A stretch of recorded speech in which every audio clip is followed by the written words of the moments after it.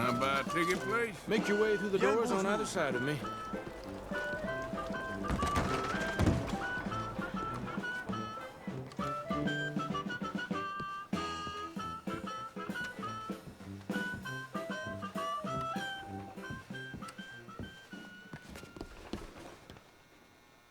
Welcome, one and all, to the remarkable example of modern entertainment at its finest.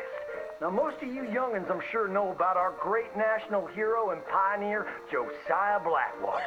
Him that gave the town of Blackwater its nomenclature.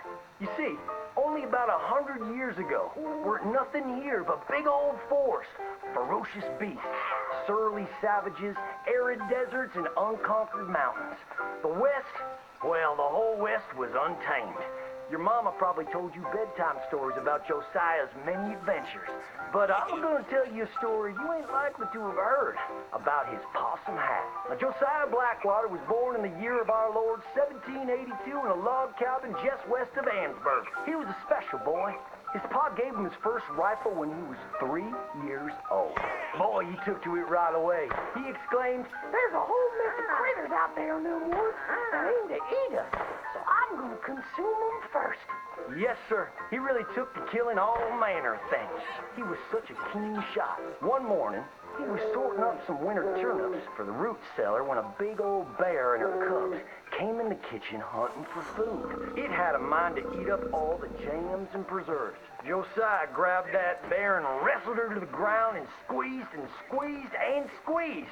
He whooped the tar clean out of that big old critter. Then he tied her up and grabbed them cubs and ground them into sausages while the mama bear watched.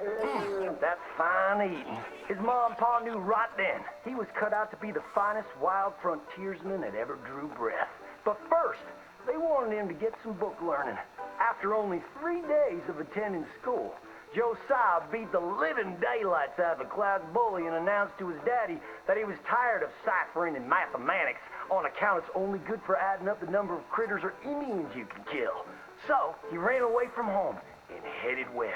Now, these lands were occupied by savages then, and when Josiah Blackwater came scouting through, he recognized it to be a land of splendor, wasted on those that couldn't appreciate it on account of worshiping false idols.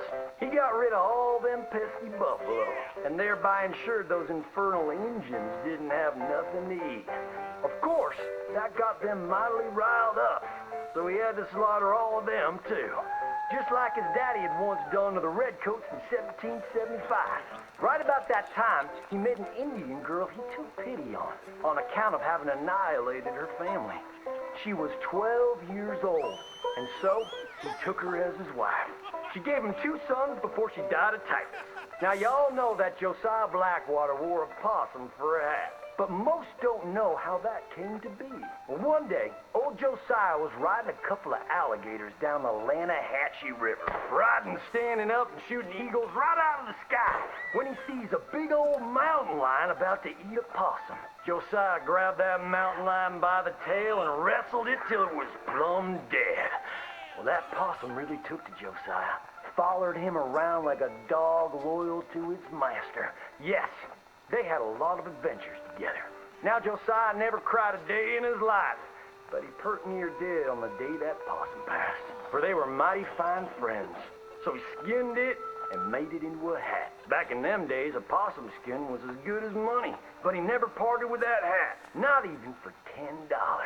Once he founded the town of Blackwater, he sent word for settlers to come. It was the last stop in the west before San Francisco. He met a girl by the name of Rufina Helsby at a barn dance one night, took her as his wife, and settled down. Built himself a cattle empire and had 14 youngins.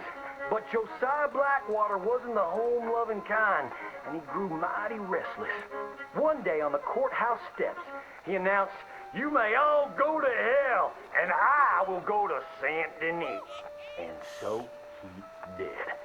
Enjoyed French pursuits of strumpets and wanton gluttony, which is where he came upon the idea of running for Congress. He wore that possum hat every day as a congressman, as a reminder of where he'd come from, saying, "I may live in barbaric splendor, but I always remember, keep your friends close and your gun closer, because you don't know when you might have to shoot them."